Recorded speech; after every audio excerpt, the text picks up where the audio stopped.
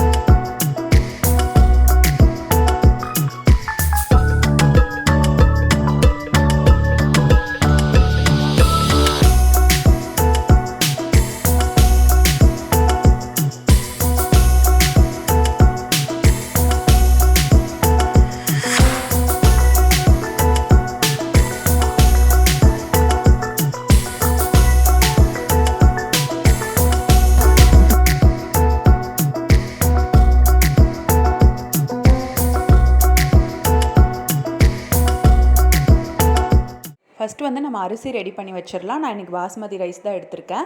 Basmati rice ஒரு cup எடுத்துகிட்டு அதை வந்து ஒரு 10 நிமிஷம் ஊற வச்சு எடுத்துகிட்டு நல்லா அந்த தண்ணியை வடித்ததுக்கப்புறமா அதில் வந்து கொஞ்சம் நல்லெண்ணெய் ஊற்றி இந்த மாதிரி பரட்டி வச்சுக்கணும். இது எதுக்காகனா, இந்த மாதிரி நம்ம பரட்டி எடுத்து வைக்கும்போது நமக்கு பிரியாணி வந்து ஒன்றோட ஒன்று அரிசி ஒட்டாமல் நமக்கு நல்லா சூப்பராக உதிரியாக கிடைக்கும். அதுக்காக தான் இந்த மாதிரி பண்ணி வைக்கிறோம். இது நீங்கள் பிரியாணி ப்ராசஸ் ஸ்டார்ட் பண்ணுறதுக்கு முன்னாடியே இது பண்ணிடணும். அதுக்கப்புறம் வந்து பிரியாணிக்கு கொஞ்சம் மசாலா தேவைப்படுது. அந்த மசாலாவை நம்ம அரைக்க போகிறோம். அதுக்கு வந்து கொஞ்சமாக பட்டை,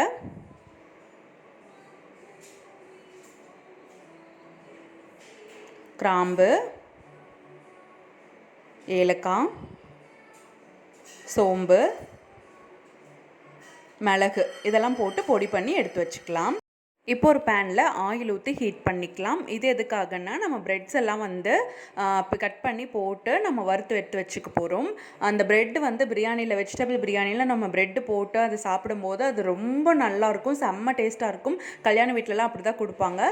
இந்த மாதிரி நம்ம வந்து கொஞ்சம் மீடியமாக ஃப்ரை பண்ணி நம்ம அப்படியே எடுத்து வச்சிடணும். பொன்னரமாக இப்படி வறுத்து எடுத்து வச்சிடணும். அதுக்கப்புறம் வந்து முந்திரி பருப்பு வறுத்து எடுத்து வச்சிடணும். இதெல்லாம் நம்ம வந்து பிரியாணி செய்கிறதுக்கு முன்னாடி பண்ணிடணும். இப்போ ஒரு பாத்திரத்தில் பிரியாணிக்கு தேவையான எண்ணெயை ஊற்றிக்கலாம். நான் எப்போவுமே குக்கரில் செய்ய மாட்டேன். குக்கரில் செஞ்சால் சம்டைம்ஸ் கண்டிப்பாக வந்து குழஞ்சிடும். அதனால் நான் குக்கரில் செய்யாமல் இந்த மாதிரி ஒரு நல்ல பாத்திரத்தில், வெயிட்டான பாத்திரத்தில் தான் செய்வேன். எண்ணெய் ஹீட் ஆனதுக்கப்புறமா வந்துட்டு பட்டை, கிராம்பு, ஏலக்காய், அந்த பிரிஞ்சி இலை அந்த மாதிரி நம்ம எப்பவும் போடுறது போட்டுட்டு அதுக்கப்புறமா இஞ்சி பூண்டு பேஸ்ட் போட்டுக்கலாம். இஞ்சி பூண்டு பேஸ்ட்டோட பச்சை வாசம் போகிற வரைக்கும் நல்லா வணக்கிடணும்.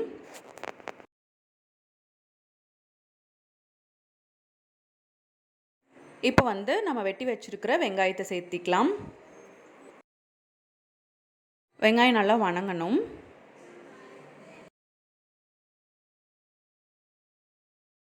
வெங்காயம் வணங்கினதுக்கப்புறமா அதில் தக்காளியும் பச்சை மிளகாயும் சேர்த்திக்கலாம். பச்சை மிளகாய் நீங்கள் காரத்துக்கு ஏற்ப சேர்த்திக்கோங்க. நான் 1 டம்ளர் பாஸ்மதி ரைஸ் எடுத்திருந்தேன். அதுக்கு வந்து 2 பெரிய வெங்காயம், 1 பெரிய தக்காளி, அதுக்கப்புறமா வந்து 3 பச்சை மிளகாய் சேர்த்திருக்கேன். தக்காளி நல்லா கரையிற அளவுக்கு வெந்துடணும். தக்காளி நல்லா வெந்ததுக்கப்புறமா அதில் கொஞ்சமாக மஞ்சத்தூள் சேர்த்திட்டு கூடவே நம்ம அரைச்சி வச்சுருக்கோம் இல்லையா, அந்த மசாலாவையும் சேர்த்திடலாம். இந்த மசாலா சேர்த்துனதுக்கப்புறம் வீடே கம்மன்னு வாசம் தூக்கிரும். அவ்வளோ நல்லாயிருக்கும் இந்த மசாலாவோட ஸ்மெல்லு. கண்டிப்பாக எல்லோரும் வீட்டில் என்ன சமைக்கிற அப்படின்னு வந்து எட்டி பார்ப்பாங்க கிச்சனை. அவ்வளோ நல்லாயிருக்கும் ஸ்மெல்லு. என் பையன் ஆல்ரெடி வந்து எட்டி பார்த்துட்டு என்னம்மா சமைக்கிறீங்கன்னு கேட்டுட்டு போயிட்டான். அதனால் நீங்களும் இதே மாதிரி ட்ரை பண்ணி பாருங்கள்.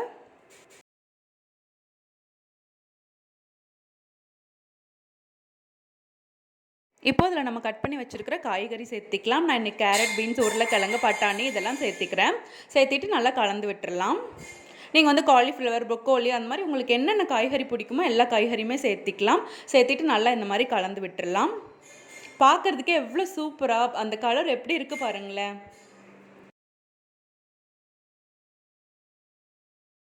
நல்லா கலந்து விட்டுட்டு இப்போ ஒரு தட்டு வச்சு மூடி வச்சிடலாம். காய்கறி வந்து ஒரு 2 நிமிஷம் வேகட்டும். இப்போ காய்கறி ஓரளவுக்கு வெந்திருக்கு. நல்லா ஒரு கிளறி விட்டுடலாம்.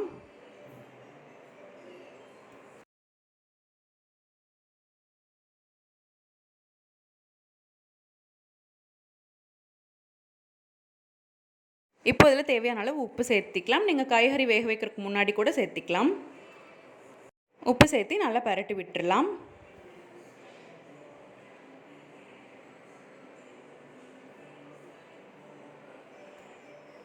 இப்போது அதில் நமக்கு தேவையான தண்ணி ஊற்றிக்கலாம். பாஸ்மதி ரைஸ் எடுத்துருந்தீங்கன்னா 1 கப்புக்கு 1.5 கப் அளவு தண்ணி போதும். நீங்கள் நார்மல் சாப்பாட்டு அரிசியில் செய்கிறீங்கன்னா 1 கப்புக்கு 2 கப் அளவு தண்ணி ஊற்றலாம். பட் குழையாமல் இருக்கணும் அப்படின்னா நீங்கள் வந்து ஒரு 1.25 கப்புக்கு கொஞ்சம் அதிகமாக அந்த ஸ்டேஜ் ஊற்றுனீங்கன்னா சரியாக இருக்கும். தண்ணி ஊற்றி நல்லா கலந்து விட்டுட்டு இப்போ ஒரு தட்டு வச்சு மூடி வச்சிடலாம். தண்ணி நல்லா கொதிக்கணும். இப்போ தண்ணி நல்லா கொதிச்சிட்ருக்கு. இப்போ வந்து நம்ம ஆல்ரெடி வந்து அரிசியில் எண்ணெய்லாம் போட்டு கலந்து வச்சுருக்கோம் இல்லையா, அந்த அரிசி வந்து நம்ம உள்ளே சேர்த்திடலாம்.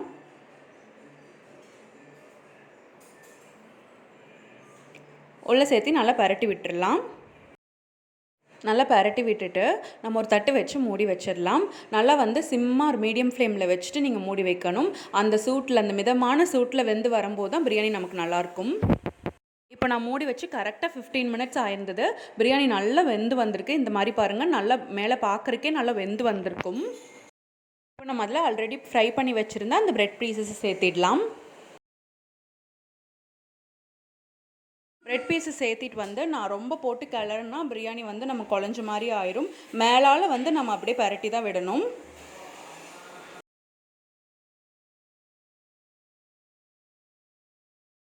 இப்போ பாருங்கள், பிரியாணி ரொம்ப உதிரியாக எப்படி இருக்குது பாருங்கள். சாப்பிட்றதுக்கு ரொம்ப ரொம்ப டேஸ்ட்டாக செம்மையாக இருக்கும். கல்யாண வீட்டில் வைப்பாங்க இல்லையா, அந்த பிரியாணியோட அதே டேஸ்ட் அண்ட் அதே ஃப்ளேவர், அதே ஸ்மெல் எல்லாமே அப்படியே இருக்கும். இப்போ நம்ம வறுத்து வச்சுருக்கிற முந்திரி பருப்பையும் மேலால் சேர்த்திட்டு ஒரு தட்டு வச்சு ஒரு 10 நிமிஷம் நம்ம மூடி வச்சிடலாம். அதுக்கப்புறம் எடுத்து இந்த மாதிரி ஒரு தட்டில் போட்டு கொண்டு போய் கொடுங்க. அடடா, பிரியாணி செம்மையாக இருக்குது, சான்ஸே இல்லைன்னு சொல்லுவாங்க. பிரியாணி ரெசிபி பிடிச்சிருக்குன்னு நினைக்கிறேன். வழக்கமாக நீங்கள் செய்கிறத விட இது கொஞ்சம் டிஃப்ரெண்ட்டாக இருந்திருக்குன்னு நினைக்கிறேன். நீங்களும் இதே மாதிரி ட்ரை பண்ணி பார்த்துட்டு எப்படி இருந்ததுன்னு கமெண்ட்ஸில் சொல்லுங்கள். இன்னும் இந்த மாதிரி நிறைய ரெசிபிஸ் தெரிஞ்சுக்க ஏல் சமையலுக்கு சப்ஸ்கிரைப் பண்ணிக்கோங்க. அந்த பெல் ஐக்கானையும் ப்ரெஸ் பண்ணிக்கோங்க. அப்போ தான் நான் போடுற எல்லா வீடியோஸும் உங்களால் மிஸ் பண்ணாமல் பார்க்க முடியும். இன்னொரு நல்ல வீடியோவில் சந்திக்கிறேன். Until then, it's bye from Sureka, ஏல் சமையல். வீடியோ பிடிச்சிருந்தா சப்ஸ்கிரைப் பண்ணுங்க, லைக் பண்ணுங்க, ஷேர் பண்ணுங்க. பாய்.